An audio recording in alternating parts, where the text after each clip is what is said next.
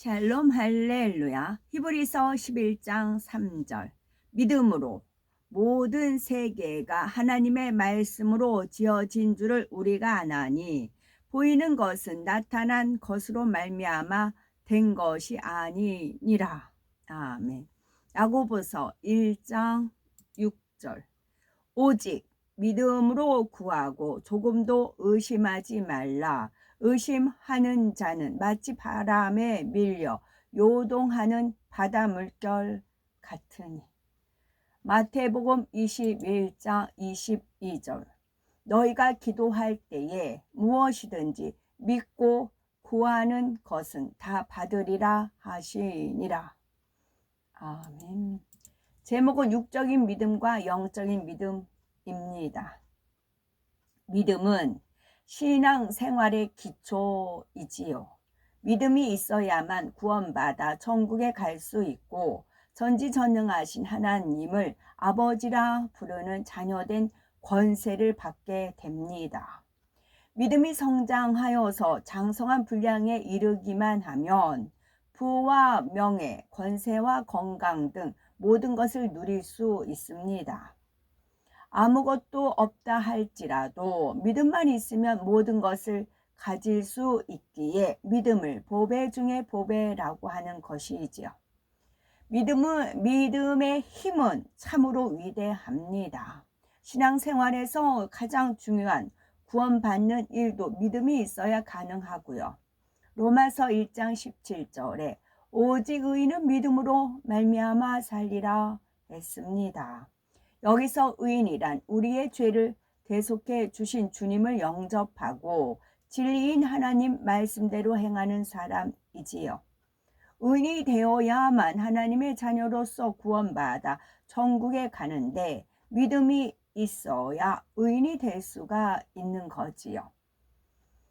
의식주 문제도 우리가 믿음으로 행하면 하나님께서 다 해결해 주십니다. 내일 아궁이에 던져질 들풀도 하나님이 입히시는데 하나님의 자녀야 어찌 먹이고 입히시지 않겠습니까? 질병이나 장애도 믿음으로 해결이 됩니다. 마가복음 10장에 나오는 소경 거지 바디메오는 믿음으로 예수님께 구하여 응답받았지요. 눈을 뜨는 것이 가장 큰 소원이었던 그는 예수님께서 각색 병자를 치료하고 갖가지 문제를 해결해 주신다는 소문을 듣고 선한 마음으로 믿었습니다. 그리고 예수님을 뵙기를 간절히 소망했지요. 그러던 어느 날 예수님께서 근처에 지나가시자 다윗의 자손 예수여 나를 불쌍히 여기소서 부르짖었습니다. 주변 사람들이 꾸짖어 잠잠하라고 해도 아랑곳 하지 않고 더 크게 소리 질렀습니다. 이에 예수님께서는 그를 불러서 치료해 주셨지요. 자연현상도 믿음으로 응답받을 수 있습니다. 아합 왕 시대에 이스라엘의 우상 숭배가 만연하여서 하나님의 진노로 3년 반 동안 극심한 가뭄이 들었지요. 이때 엘리야는 비의 응답을 받기 위해서 얼마나 간절히 기도하였던지 얼굴이 무릎 사이에 들어갈 정도였습니다. 과연 엘리야의 믿음의 기도대로 구름과 바람이 일어나 하늘이 캄캄해지고 큰 비가 내렸지요. 이러한 믿음의 힘은 대단합니다. 믿음의 역사는 성경에만 나오는 것이 아닙니다. 예수 그리스도는 어제나 오늘이나 영원토록 동일하시니라 하신 대로 믿음을 가진 사람들을 통해 오늘날에도 똑같이 나타나지요. 바디메오처럼 선한 마음과 믿음의 행함을 내보이면 질병만이 아니라 가정, 일터, 사업터 등 인생의 모든 문제를 해결받을 수 있습니다. 하나님이 기뻐하시는 믿음을 가지면 기사와 표적, 권능도 나타낼 수 있지요. 예수님께서 너희가 기도할 때에 무엇이든지 믿고 구하는 것은 다 받으리라 하셨습니다. 그러니 우리가 하나님 앞에 믿고 구한 것은 다 응답을 받아야지요. 만일 믿습니다 하며 기도하였는데 응답이 없다면 내 자신의 믿음이 참마음인지 점검해 봐야 되는 것입니다. 믿음에는 하나님께서 인정하지 않으시는 육적인 믿음과 하나님께서 인정하며 응답하시는 참 믿음, 곧 영적인 믿음이 있습니다. 육적인 믿음이란 눈으로 확인되고 자기가 알고 있는 지식이나 이론과 일치해야만 믿는 믿음이지요.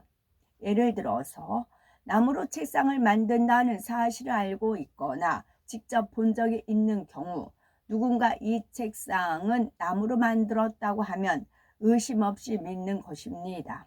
또 반드시 재료가 있어야만 무엇을 만들 수 있다고 믿는 믿음이지요. 그래서 육적인 믿음을 지식적인 믿음 또는 이성적인 믿음이라고 합니다. 사람은 부모, 형제, 이웃을 통해서 또는 학교에서 배운 지식을 뇌세포의 기억장치에 저장하여 필요할 때에 활용하며 살아갑니다. 그런데 이렇게 입력된 지식이 모두 진리는 아니지요. 하나님의 말씀만이 영원토록 변함이 없는 진리입니다. 사람들이 배우고 입력한 지식 중에는 시간이 지나고 상황의 바뀜에 따라 변화하는 진리가 많습니다. 또한 시대마다 나라마다 진리의 기준이 다르며 상황에 따라 그 활용 한도가 정해져 있는 지식도 있지요. 옳다고 여기던 이론도 시대에 따라 바뀌는 경우가 많습니다. 그런데 많은 사람이 진리를 온전히 알지 못하기 때문에 비진리가 진리인 양 사용되어도 모른 채 살아갑니다. 예를 들어 학교에서 진화론을 배우면 그것이 진리인 줄 알지요. 또 유에서 유를 만드는 것만 배웠기 때문에 아무것도 없는 무 상태에서 유를 만들어내는 것을 믿지 못합니다. 성경은 아무것도 없는 무에서 하나님의 말씀으로 천지 만물이 창조되었다고 합니다. 또 사람의 지식과 이론으로는 도저히 불가능한 수많은 기사와 표적, 권능을 기록하고 있지요. 예수님께서 물로 포도주를 만들고 눈먼 사람을 보게 하며 죽은 사람을 살리신 내용도 이에 해당이 됩니다. 육적인 믿음을 가진 사람은 이러한 사실들이 자신의 지식과 이론에 맞지 않으므로 믿지 못합니다. 변개하는 믿음이 역시 육적인 믿음입니다.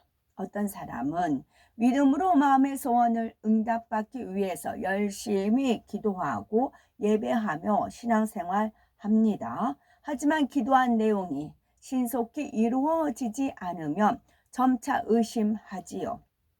정말 하나님이 살아계신가 하며 은혜가 떨어집니다. 과거에 자신이 응답받았던 체험이나 주위 사람들이 응답받은 간증에 대해서도 우연히 일어났던 일이라 여기지요. 그러니 하나님께 의지하지 못하고 세상 방법으로 해결하려고 합니다. 이처럼 변개하는 믿음은 참 믿음이 아니기에 응답받을 수 없습니다. 야고보서 1장 6절에서 7절에 오직 믿음으로 구하고 조금도 의심하지 말라. 의심하는 자는 마치 바람에 밀려 요동하는 바다 물결 같으니 이런 사람은 무엇이든지 주께 얻기를 생각하지 말라 했습니다. 따라서 변개하지 않고 끝까지 믿고 구하되 이미 받은 줄로 믿어야 응답받을 수 있습니다. 다음으로 행함이 없는 믿음도 육적인 믿음입니다. 어떤 사람은 무에서 유의 창조도 믿고 성경 66권과 하나님의 역사를 다 믿는다고 말하지만 정작 하나님 말씀대로 행하지는 않습니다. 이런 사람은 과연 마음으로 믿는지 머리로만 하는지 돌아보아야 되는 상황인 것이지요. 아는 것과 믿는 것은 전혀 다릅니다. 하나님 말씀을 머리로 아는데 그치는 것이 아니라 마음 중심에서 믿어야 하지요. 그럴 때 말씀대로 순종하는 행함이 따릅니다. 머리로만 아는 지식적인 믿음을 가진 사람은 말씀대로 행할 수 없지요. 예를 들어서 하나님께서는 무엇이든지 심은 대로 거두게 하신다 하셨는데, 육적인 믿음을 가진 사람은 이 말씀을 머리로는 알지만 막상 현실에 직면하면 행할 수 없습니다. 당장 생활비가 부족하다 싶으면 11조를 하지 않게 되는 거고, 하나님 앞에 예물을 심는데 인색하게 되지요. 머리로는 알아서 다른 사람에게 가르치기도 하지만 막상 자신이 그런 상황에 처하면 말씀대로 행하지 못하지요. 애매히 고난을 당하면 어떻게든 따지고 변론하고자 합니다. 당한 만큼 갚아주려는 사람도 있고요. 이처럼 행함이 없는 믿음에 대해서 야고보서 2장 26절에는 영혼 없는 몸이 죽은 것 같이 행함이 없는 믿음은 죽은 것이니라 말씀합니다. 죽은 믿음으로는 응답과 축복을 받지 못하면 물론 구원조차 받을 수가 없는 거지요. 요한일서 1장 7절에 저가 빛 가운데 계신 것 같이 우리도 빛 가운데 행하며 우리가 서로 사귐이 있고 그 아들 예수의 피가 우리를 모든 죄에서 깨끗하게 하실 것이요 말씀했지요.